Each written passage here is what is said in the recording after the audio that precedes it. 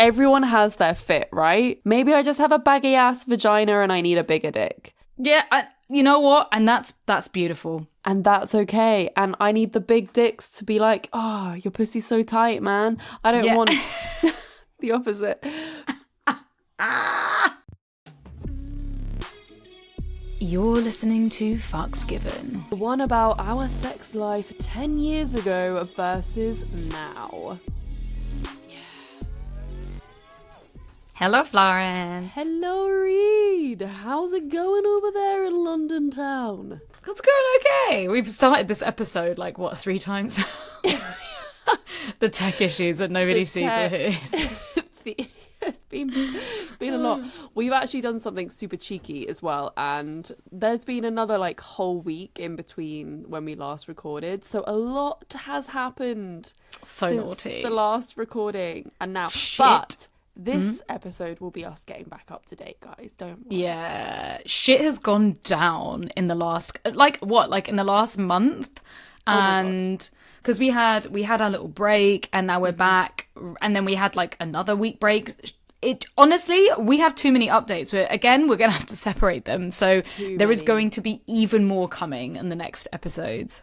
Even more. And I don't even know if we're ever going to catch up with ourselves. We might never catch up. You know what? I'm okay with that. I'm okay with us saying crazy fuck stories and shit about relationships and life.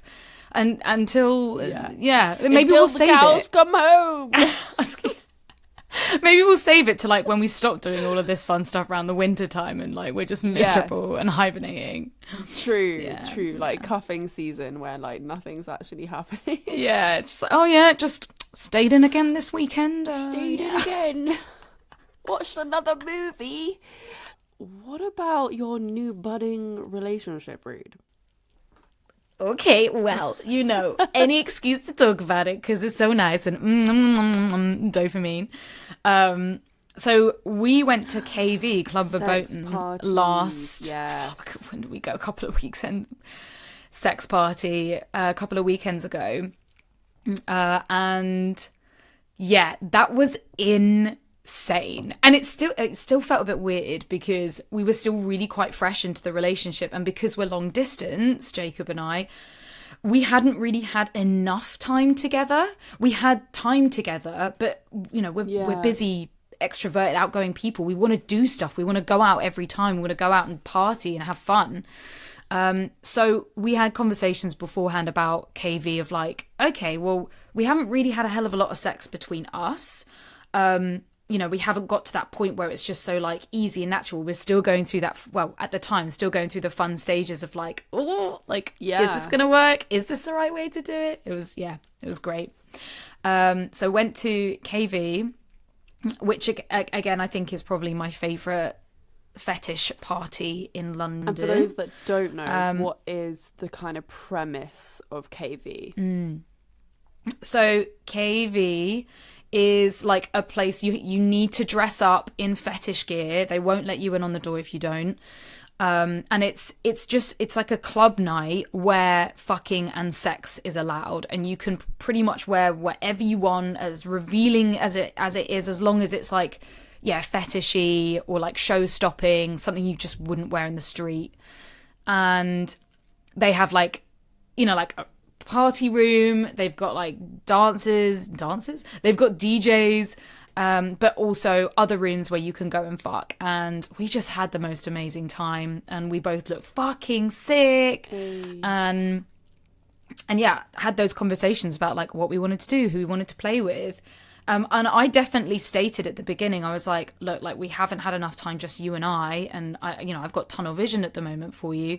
Can I just see how I feel in the moment? And I did, and I had a really, really good time. So there was some crazy shit that went down. Ooh. Firstly, the week before, Jacob was you cannot come this whole week. If you come this week, I get to put down a black mark and use it against you and make you do something naughty at KV, which was show fucking stopping. And when someone says you can't come, it just makes you want to come so much more. Did you come?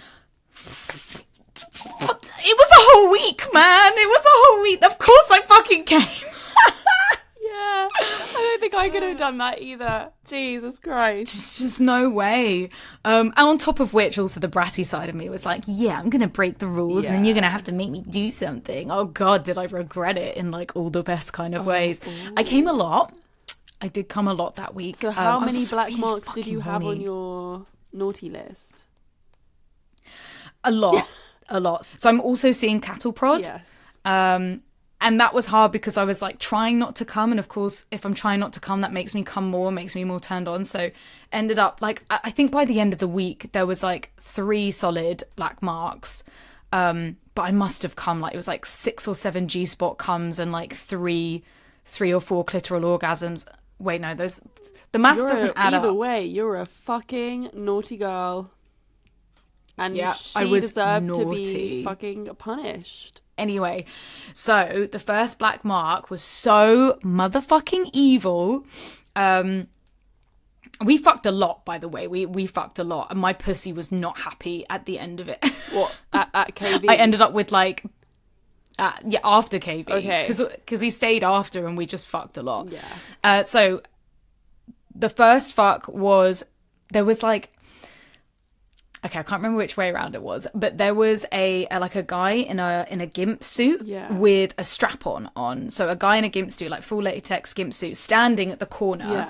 Yeah. And we were like, I was like kind of being bossy with him, telling him to like come, sit down, get up, bend over, that kind of stuff.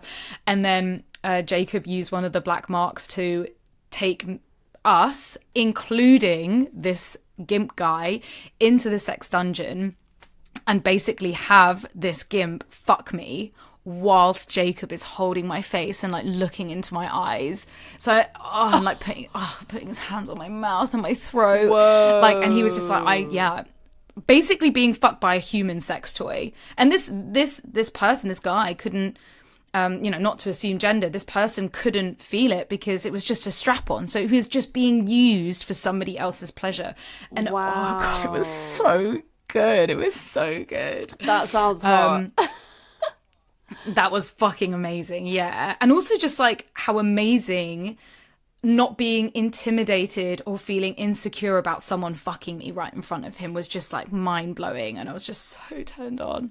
Another black mark that was used. Oh my God, this one was evil. So we went with Adrena, Mistress Adrena, who we've had on the podcast before. Yes. She is the dominatrix that has the dungeon, and we went with her and a big group of people, and it was just incredible. So, you know, we were talking about tickling in the other episode. So Jacob used that against me because he knows how much it makes me squirm. And I was just like, oh shit. So he basically brought up the conversation of tickling in front of Adrena. So I'm there just like losing my mind here. Just like, oh fuck. I don't know what to fucking do. Yeah. And I don't know how it exactly went down, but he asks Adrena to tickle me in the dungeon. Oh Jesus, I'm like you can't even talk. I'm getting about like pussy it. gallops and everything. I can't. It's so difficult. Why is it so hard? It's like, yeah, sure, I can be fucked by a human sex toy, but like talking about tickling just like ends me. Oh, the joys of having a fetish. Yeah. So yeah, we went into the dungeon and like used the apparatus, and basically Jacob held me up on the apparatus, so he's behind me holding my arms on this apparatus while there is a crowd of people watching, sitting there, and I'm there like, oh my God, I'm literally just about to be tickled. It's like, this could be so weird for people to see. And then Adrena with her nails is like, like running her fingers down my armpits and down my sides and like fully tickling me, and I'm just like losing my goddamn mind. And Jacob's like whispering in my ear shit that's like, oh yeah, it's just like everyone's watching you, and like all this stuff. It's just like, I'm fucking dying. Wow. I was dying. It was an incredible night, but literally like days after I had to like run to the doctors because I was like, I have BV, thrush, and I'm pretty sure I have a UTI. One of those my times. poor puss. Yeah, just like not drinking enough, like fucking too much, creating those micro tears, which just allows bacteria to, you know, like, I don't regret it, but fuck me. All right, well, on to the main topic of this episode, which is our sex life 10 years ago versus now. Our amazing team has put together a few questions for us to answer about when we first started Come Curious, and like the difference from like just before we started to now, when we've been doing this for like almost 10 years. How did you define good sex 10 years ago, and how about now? So what was good back? Isn't that an interesting question? Because good sex changes so it really much. Fucking does. Yeah. Good sex back then was like, for me, it was like when it was extremely kinky. Good sex 10 years ago was, I guess it was like the minimal kind of exploring kink and stuff. I wasn't so fussed about having to have like a deep connection with someone. I just wanted someone that was dominant, and I was like, that's good. If they're dominant, if they give, if they eat me out, that's good sex. And yeah, I don't think I had a very high bar at that point. In terms of stuff. Although I did remember having my first nipple orgasm 10 years ago. Oh my, yes! And that was really cool. Yeah, me too. So like, I definitely had like an open eye and an open palette for like good things to be happening. But I just think the bar was so low because I'd had such bad experiences before that. So if someone showed me like, if someone went down on me for like, I remember talking about my that long relationship that I was in at the beginning of Come Curious, and being like, and then he went down on me for 30 minutes, and everyone's like, whoa. And I'm like, that's the bare fucking minimum now. That is the bare fucking minimum, especially because like going down on somebody for 30 minutes, like they could just be shit, you know? It's not about time. It's not about time. They could have gone down on you and not asked you a single question about how you like it and if this is right. Yeah. For me, it was like extreme any kind of extreme, kinky, weird roleplay sex was amazing. Didn't matter who it was with.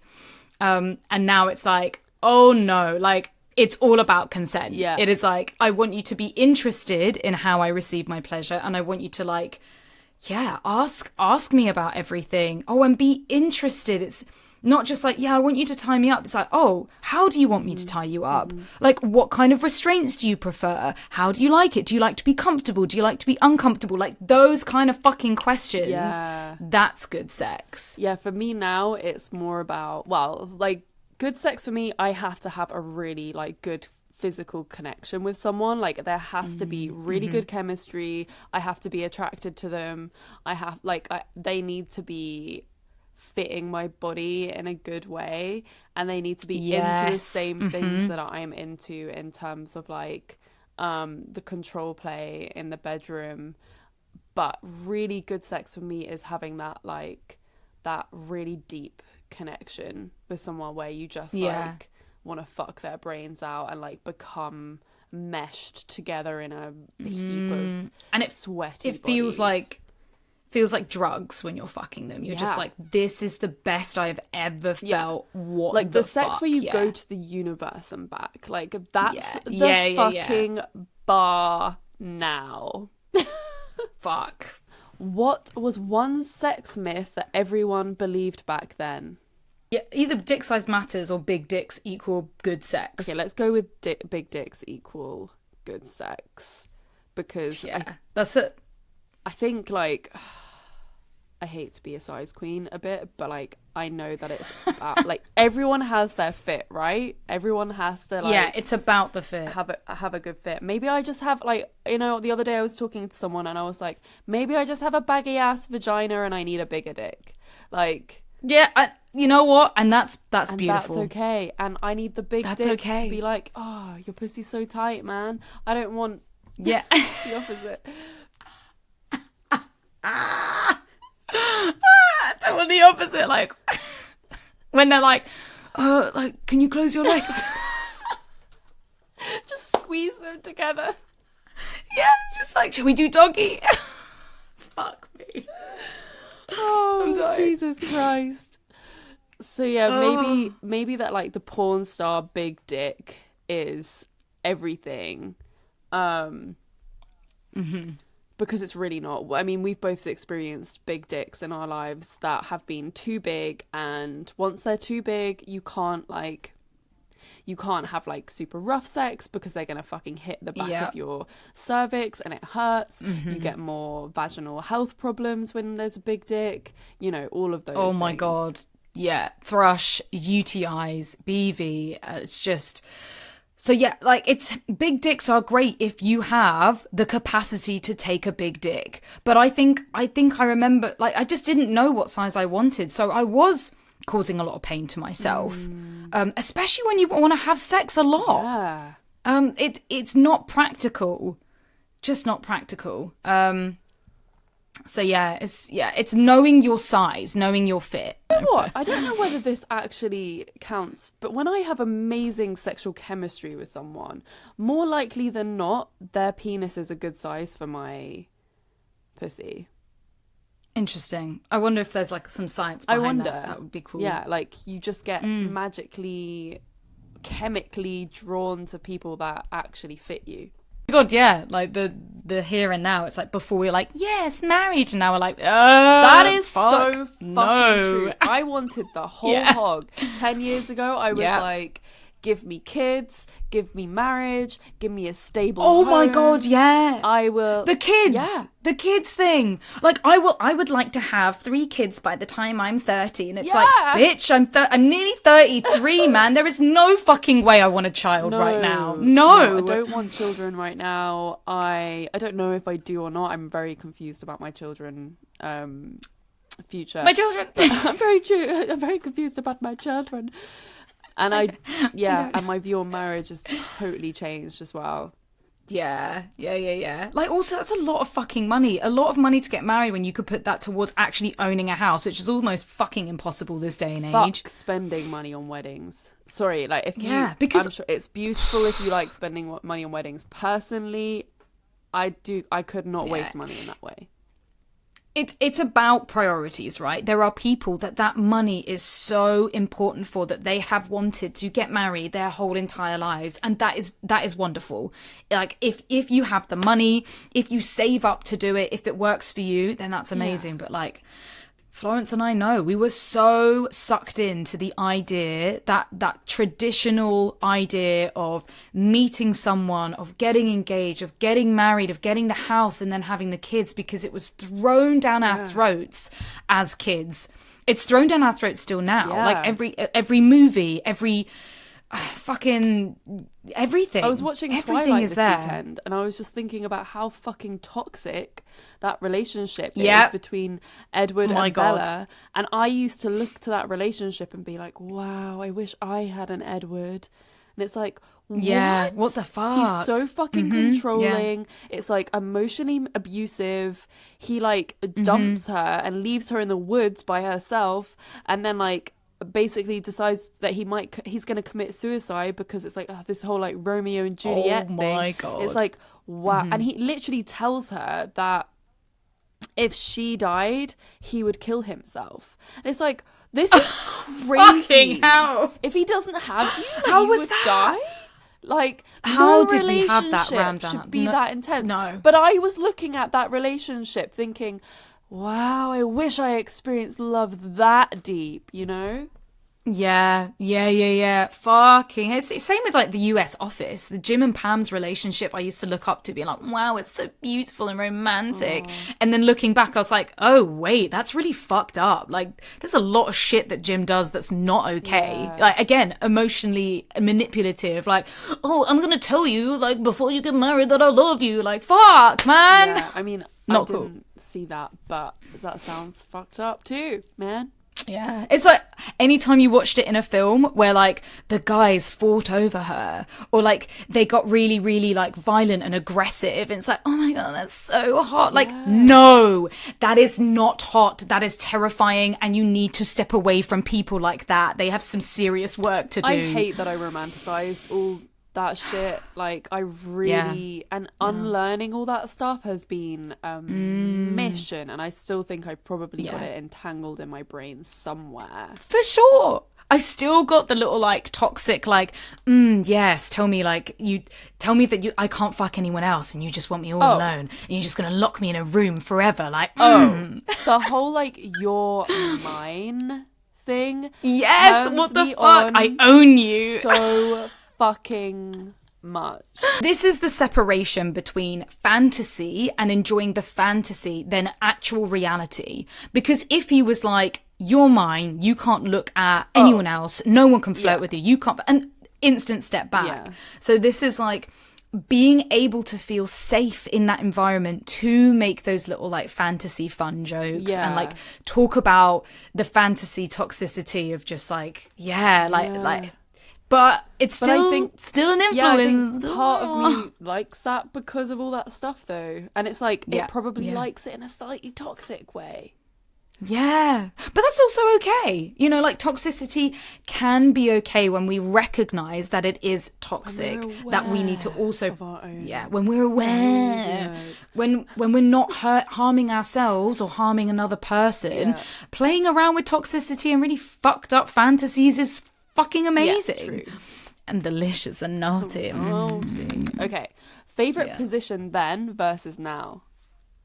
Oh, fuck. Oh, God. When did we come up with the lazy bitch? Because I feel like that was quite, like, that was our favourite position for a while, and it's not my favourite position now. Yeah, I think I'm still into the lazy bitch, and I think I was then. I definitely remember, like, that was my favourite way to have sex back then, for sure. Yeah. But I also wonder, and I wondered this, is there, like, an element of separation with the lazy bitch? Because you're not making eye contact, you're not into each other. So this is why I don't like and it there's now. a yes, yeah. It's almost like a safety blanket of like, you don't have to see me when I'm vulnerable. Don't look at me. Like, I could get into my little fantasy world and think about tickling or think about my fantasies to try and finally come. Yeah. See, now my favorite position is always going to be missionary because it's the most connected position that you can do. Yeah. Like, you're literally staring into each other's eyes. It feels fucking good. There's so many different ways you can have missionary sex, with your legs over their shoulders or down the back. I don't know, I just love it. Feels fucking good. They can get fucking deep and I can look at their eyes and they can spit in my mouth and all of that juicy shit. I mean, I still love the lazy bitch. Like, I love that, especially because I think it fits really neatly into kink. Yes, it's like, I can feel used. I can feel like I'm not sure what's going on because I can't see. It feels a bit like a blindfold. So it just depends on what kind of fuck you're looking for. Yeah. Okay, so how did you identify back then versus today? Ooh. Fuck, I was bisexual then. Yeah. I was fully bisexual. Yeah. And now I'm pansexual. Now I realise I'm fully pan. Well, I was straight back then. Yeah. Oh my God, of course. You were straight. Holy shit. Very fucking, very straight. Thought I was straight. I definitely, really I had moments before that point where I had explored or thought I was bi or thought I was gay moments, but I always went back to no, that doesn't work. I'm straight. I wish I was bi, but I'm just straight. So yeah. So yeah, that was me back then, but I am now an open and proud bisexual. I identify as queer, and I've been finally finding my queer community, and it's been the best fucking thing ever. You know what I realized recently? All of my best female friends are bisexuals and pansexuals. How fucking amazing is that? And I was I've slowly just found my people.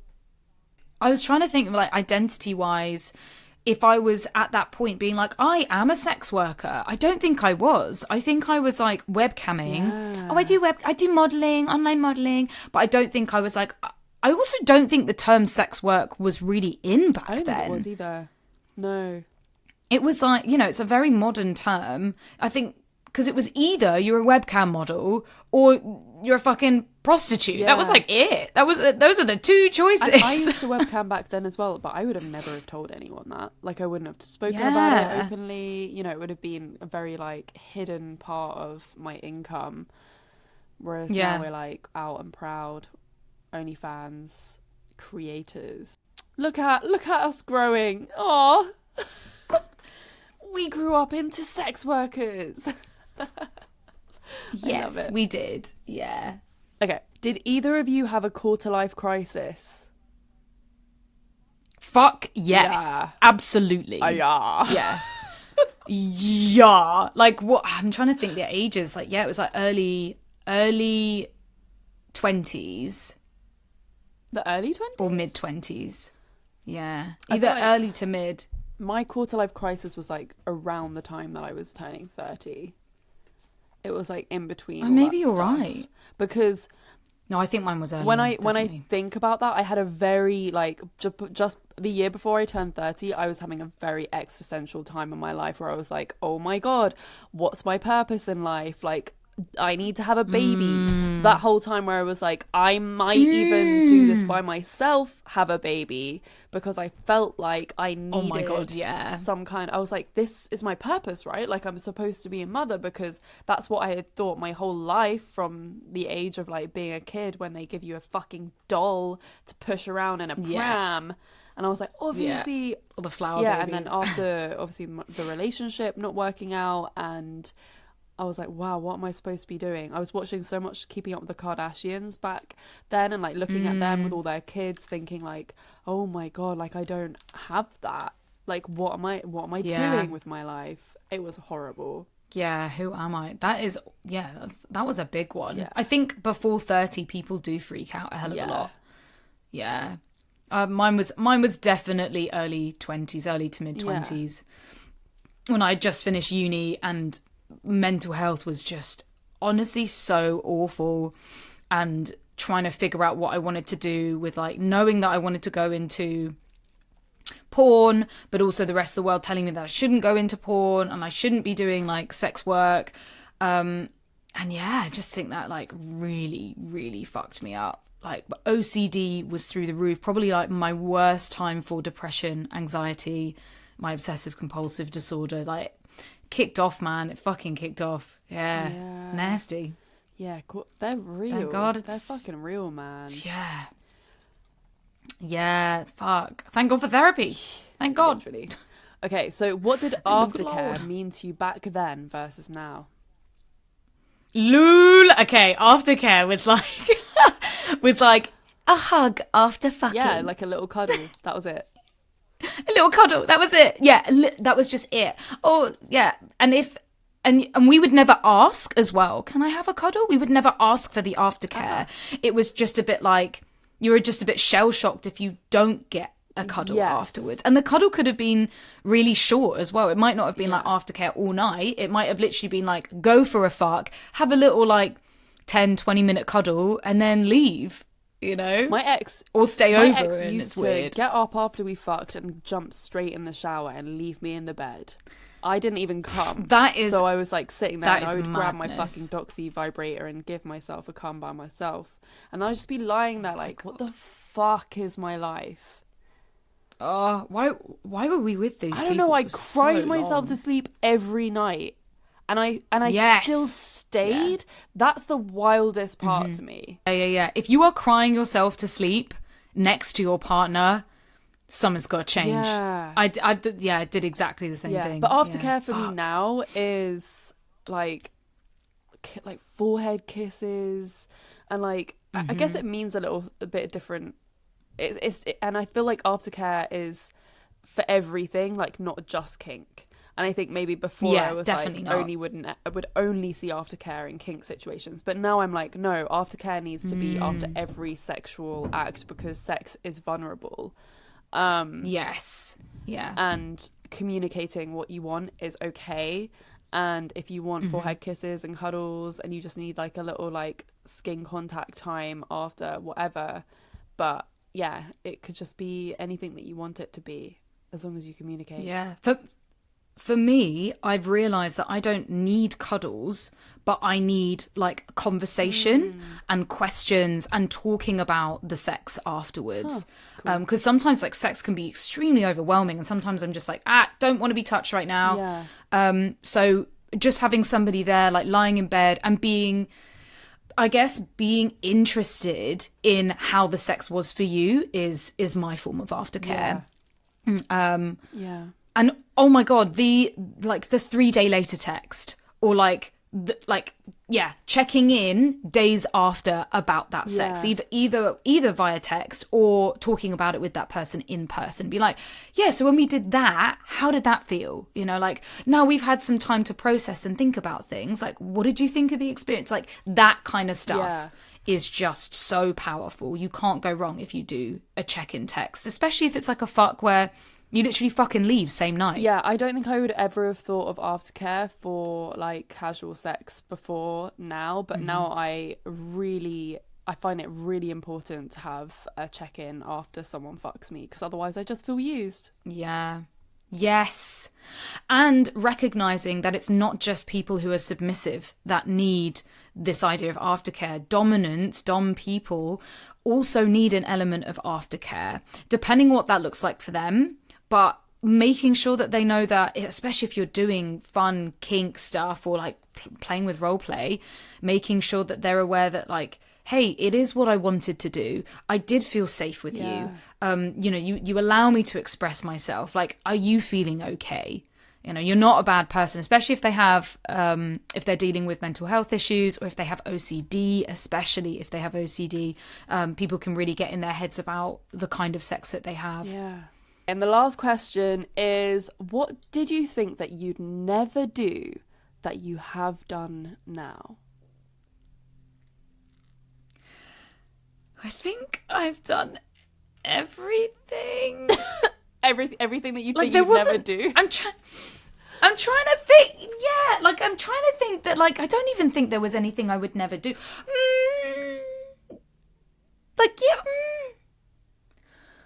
I don't know. I'm trying to think of like extreme stuff. Maybe I got to stop thinking at the extreme. I'm just like, oh yeah, I thought I would never do vomit play during like sex, and I definitely did that on webcam. Yeah, like deep throated a dildo. I drank loads of water for this guy on webcam. Deep throated a dildo until I puked it all up everywhere. Yeah, wow, fascinating, right? I was like, never would have done that, but also that was ages ago. Yeah. I mean, I probably never thought that I would go and have public sex at a sex party. I never thought I would fuck next to some curious fuckers. Yeah. Mm-hmm. Like all of that. There's so many things that I think that I would never thought I would do, like rimming. I never thought I'd rim someone. I never thought I would fucking put my finger up some guy's ass. I never even thought that I would do anal sex. Do you remember like our first videos on Come Curious where I was like, anal? No. No. Yeah. I mean, I'm back to that point now just because my arsehole's a little sensitive little bitch. But like, but still, like, I've had a lot of great anal experiences. So yeah, there's been so many things kink-wise for me. Pegging, maybe I was like, I'm never going to find someone into pegging. Yeah. But it's not really stuff I wouldn't do. I was like, I was pretty like, I want to try You were, to be fair. I was the more like prudish one where I was like, no, I'm okay. I don't think that's fair. It's not really prudish. It's just like, you know, you didn't feel comfortable with it. It was out your comfort zone. But now I'm at this point where I would probably try everything, you know? Yeah. Like, maybe not everything. Like, I'm not sure that I'd ever do scat play or anything like that. And I'm not into food play, really. But I would try it if someone else liked it, you know? I'm very much down for, like, you just got to try everything once. Or twice. What was it we were saying? Try everything twice. And I almost feel like the more gross it is, the more I'm like, well, I got to try that. That sounds ridiculous. Yeah. I don't think I would have anyone shit on me or shit on my mouth, but I would definitely shit on someone. Yeah. Definitely. Yeah. Like, I'm thinking about, like, you know, when we spoke to the London Vagabond and we spoke to Toilet, and, like, definitely would try and shit on him. I'd try. Yeah. I never thought I'd have Give it a I never go. thought I'd have a threesome with your friend in at a Oh sex my God. party. Yeah, that's very true. Oh shit. Yeah. I never thought I would try and go a week without coming. I'm trying to think of like a weird and enjoy it. I'm trying to think of like a kinky thing that I would do now. Pegging? I still don't know yeah. how I feel about pegging. Because I'm not, it's not something that I am inclined to try out. Oh, I thought of one. I thought I would never do a tickle shoot with like a tickle creator. Yeah. I never thought I would do that. Or be gang tickled at a tickle fetish party that I created. And now, of course, I would would fucking do that. Yeah. This is very true. I never thought I would put boy-girl content on my OnlyFans. Oh my God, yeah! You fucking slut, I love this. Turning into little porn stars over here, aren't we? We are. Yeah, and we're just loving every moment of it. God, it sucks when you just second guess yourself and think that you shouldn't be doing the things that you want to do. Yeah. God, it affects everything. It affects like how you feel about yourself. And all those relationships where they're like so uncomfortable with it. And I'm like, but I'm my happiest when I'm me. Like, why would I want to stop all doing that? Yeah. Just because you have a problem with it. Just because the world and society has a problem with it. True. Big up. Yeah. Well. What a beautiful episode. This has been jam-packed full of good info. Like, too much. Everyone's like, whoa. Too much. Brain overload. It's like when you try and like listen to a podcast while doing something, you're like, actually, wait, no, I actually need to listen to this. You have to go back. Rewind. So I hope that you enjoyed this episode. If you did, share it far and wide. Share it with all your friends. We need more curious fuckers out there. We need to infiltrate your friend groups. Just that one needs to be a curious fucker, and that one needs to be a curious fucker. Yeah. Of course, you can keep up to date on our Instagram at Come Curious, as well as our personal accounts Florence Bark and Read Amber X. And remember to give us a rating and a review, because it does help us get into more people's ears. So yeah, we really hope you've enjoyed this episode. Of course, you can help us out and join our Patreon. As little as $1 a month, like anything is great. Yeah. And watch our YouTube videos. Go back to the first videos on our YouTube and see how different we were. Fuck. Wow. No, don't do that. It's embarrassing. Anyway, bye, curious fuckers. Bye. Love you all. Bye.